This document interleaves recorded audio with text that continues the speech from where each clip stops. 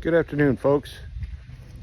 I've had a lot of requests to do an update on our stable and barn build project. A lot's happened in the last couple of weeks to finalize everything, but it looks like we're pretty much there. It's just a matter of setting up and decorating. So what I'd like to do right now is I'm going to take you on a grand tour and show you where we're at with everything. All we have left is a couple outbuildings. Behind me right over here is going to be a hay barn, about 25 by 48 for hay storage and for my farm equipment storage, so it's not stored within the barn. And there's a reason for that. It was brought to my attention by our insurance agent that if you store hay in the same barn, the insurance premiums are significantly higher. So we are going to store it outside. So we are now inside the main barn. And what you'll see here is, I don't know if you can see it in any detail, but I've used EcoFlex matting, rubber matting, and this stuff is absolutely phenomenal. It's very durable, it's easy to put down, it's easy on your feet, so I know it's easy on the horse's feet. But let's continue our tour. Up here, where you would normally put hay, is an office space. It's where we make things happen and conduct business on a regular basis. And if need be, we can put a guest in there for an evening. Welcome to the feed room. So this is our feed room. This is exclusively set up by my daughter Maddie, who is a barn manager for another stable, as well as managing our stable and going to school online for her equine management bachelor's degree. So she's done a lot of thought process in setting it up so that it's easy for barn hands to use and set up and come in and be able to handle the daily requirements. She's put an information board right here, as well as a calendar. And she's also organized shelves with things, cleaning and segregated medical supplies. We are in the process of picking up a medical cart so that we can put the horse meds and first aid equipment in there. And behind me, this is our feed bin. Right now, for the 4 horses we have a little bit of doggone cameras trying to track me. We have basic alfalfa cubes. I tend to lean towards the Stanley. My thoroughbreds love them. And then we use fuel, horse feed for the thoroughbreds. A little bit goes to our quarter horse and Triumph to kind of put some meat on their bones for the winter months. If you look at these feed bin, my carpenter and handyman, Briley, did a phenomenal job building this. It's metal lined, so it's pretty much rodent proof, if there is such a thing. One thing I also recommend is, you'll see here, dehumidifier. I try to keep things as dry as possible in here, and it helps the quality of feed, even though we go through feed pretty quickly with three big thoroughbreds. But there's another item down here that I really want to show you, and this thing is the bomb, dude. This is the Mouse Blocker 1000X. That thing has been phenomenal at keeping the rodents out of our feed room. It's worked so well that I've also got one that I put in the main barn to keep the critters in check. Nothing's 100%, but I've seen very few mice in here. What we did here is we have 3 foaling stalls. One of them we predominantly have set aside for our farrier and vet. It's got very bright lighting in there, so in the event we have any emergencies, the vet can roll right up to the door with her truck, come in here and do an emergency procedure. You'll notice there's no bedding, just barn mats down. And there's a reason for that, because if I do have an emergency, I can disinfect this whole bay quickly and let the vet get to work. So it stays very sanitary, and it is plenty of room for her to use. Okay, let's come down a little bit more. And here's another larger foaling stall. Right now, it's a chicken stall because I got baby chickens that showed up. But we have the 3 larger stalls for foaling down the road. But one of the bigger stalls is for my thoroughbred, which is a little over 17.5 hands tall, so he needs a bigger stall. And then we have conventional 12 by 12 stalls. 3 more on this side. And then I've got 4 on the other side. One thing I'm a little OCD about,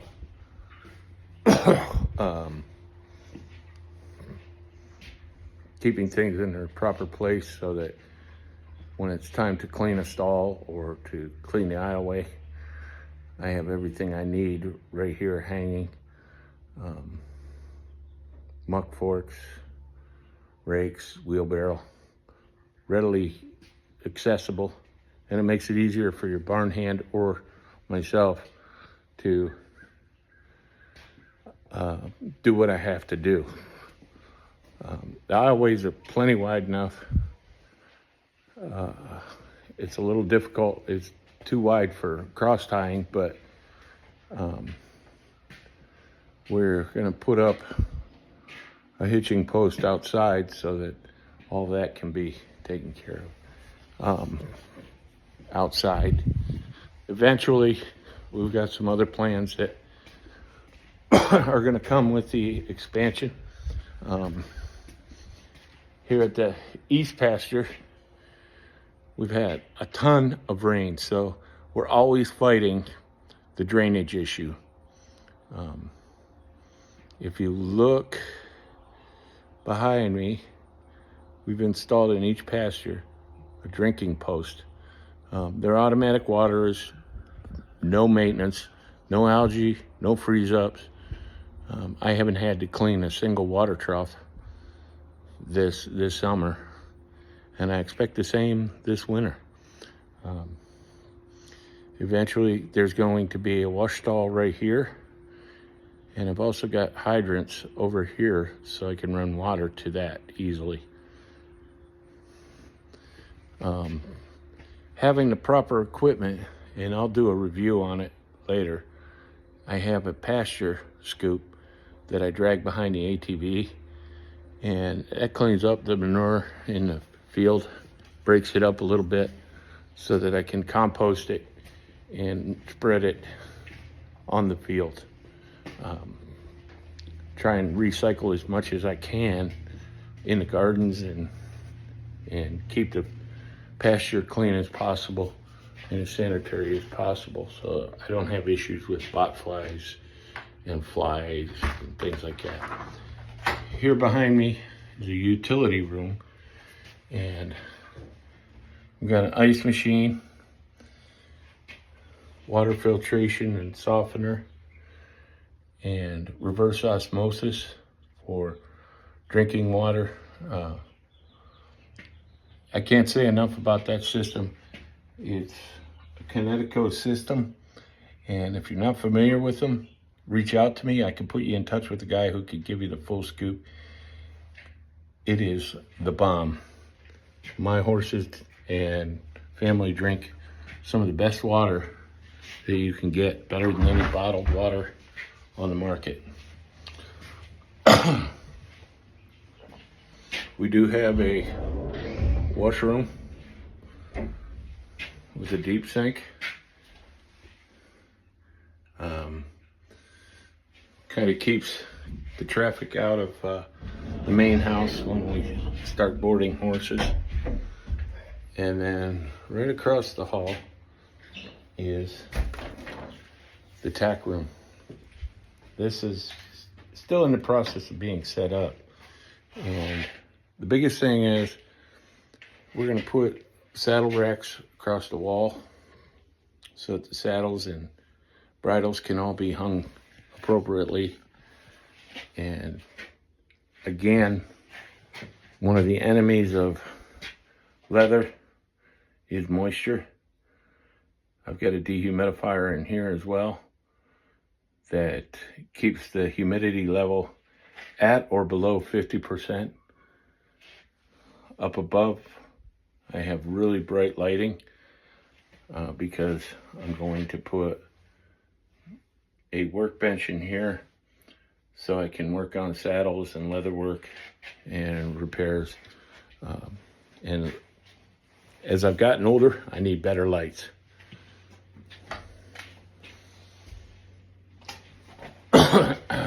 Again, no barn would be complete without a refrigerator.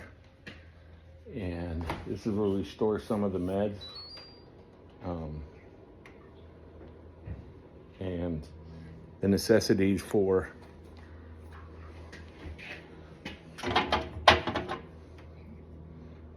my evenings to have my nightly course and horse meds. One thing I really recommend is a designated spot to put horse medications that need to be refrigerated. Because if you don't, you're going to have boarders who are going to kind of crowd it, put lunches in there, and move and shift horse meds. And when it comes time to find it, it's going to be pretty difficult to find.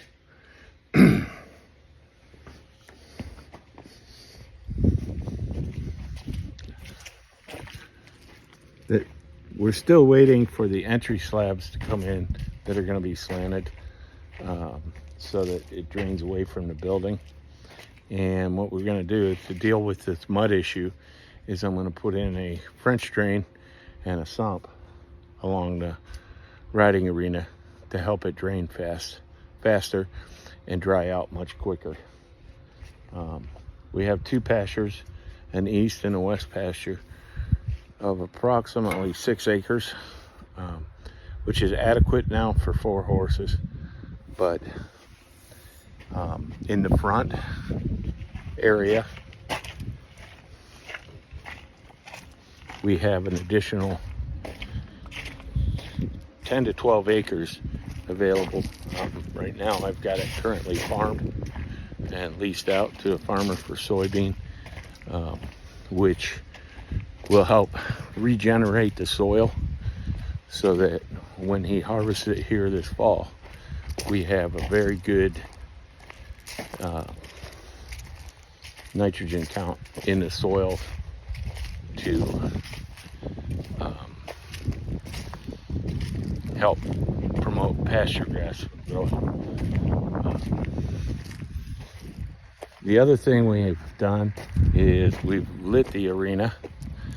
So if you look at the top row, there's a bunch of really bright lights, and then behind me at the top I've got lighting for this side of the riding arena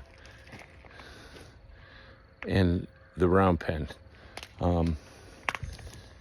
I really can't say enough about having a round pen. I was skeptical at first, thinking you could do everything in an arena, but a round pen really helps keep a horse's focus and makes your training efforts so much easier and so much more productive. The other thing we've done is we have a viewing area, so people can come in and sit and relax and watch their kids or watch people ride horses. My daughter is also a eccentric barrel racing gal, so she's out here almost every night running barrels, training her two horses, a thoroughbred and an AQHA. So they get a lot of work, and it gives us a really nice place to sit and watch in the summer, get out of the sun under the umbrella. And in the wintertime and in the fall, we fire up the fire pit, and we have a nice little fire while we're watching the festivities go on. The other thing we've done is we have a Western training area. Behind me here, you'll see the bull barrel. We've got a couple bull riders who train out here and practice and keep their skills polished a little bit on the weekends. So they come out, drink some beer, train, not necessarily in that order, but they put a lot of time into their craft. And then I've got my little buddy over here, Burrito. And Burrito is a roping dummy that I made, predominantly for the kids to play with, but I find myself using Burrito a lot more than the kids do. So hopefully I'm not making you sick with this camera bouncing, but Burrito gets roped almost every single day. So other than that, here is the view. A lot of plans for out here, especially with bringing in boarders. We're going to need the extra pasture, and we should be able to pull that off in that forward acreage behind these woods. Along the pasture is about an additional 10 acres with trails cut in it, and very wooded. And then behind that's probably another 1,000 acres of Nature Conservancy property. It's a little bit thick, but it's rideable for a little more advanced Western trail riding. And then across the street, way over here, is probably another 300 acres of farm fields. And behind that is some wildlife management area for the state of Virginia that is probably another 500 acres. So there's a lot of area to ride in. You can spend a day just walking around on your horse and enjoying the great outdoors and introducing your horse to different exposures and different environments, and the horses love it. Needless to say, I also failed to mention, behind me here in these woods is probably an additional 4 acres of wooded trails that has a couple trails through it that the horses like to walk through, and I've developed those to be more of a beginner trail area through the woods to take a young horse or an inexperienced horse or rider through that area to get used to riding a trail with some obstacles and things like that. So thanks again, and welcome to Wynnewood Stables, I'm sorry. Hopefully this spring we'll be bringing in a couple boarders, and with any luck, by